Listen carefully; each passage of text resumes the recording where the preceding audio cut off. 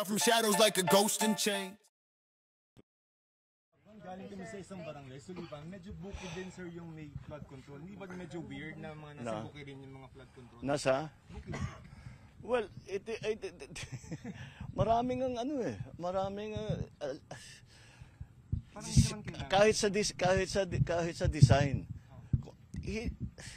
Maraming style yan eh. Number one, yung sasabihin nila, gagawin nila na napakataas ang specifications. Sasabihin, kailangan ibaon yung pilings ng 8 meters. Sasabihin, dahil malaki ang tubig. Hindi naman totoo. Hindi naman malaki ang tubig doon. Hindi naman kailangan magkaroon ng flood control doon o maliit lang yung flood control. So ang gagawin nila yung tama. Pero ang charge nila sa gobyerno, malalim.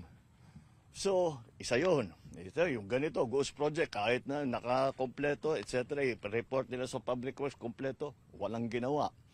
Maraming teknik eh. Tapos siyempre, nakita ninyo doon sa kabilang bayan. You shout from shadows like a ghost in chains, a kingless throne, a crown of blame. You claim the sword, but dodge the name.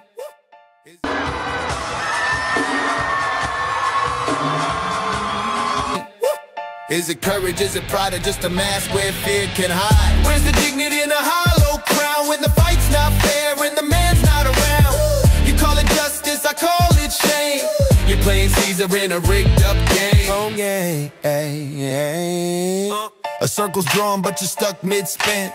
The blood you crave won't wash your sin. A roaring lion with the paper skin. You're not a hero, not a knight, just a shadow that fears the light. Where's the dignity in a hollow crown when the fight's not fair and the man's not around? You call it justice, I call it shame. You're playing Caesar in a rigged up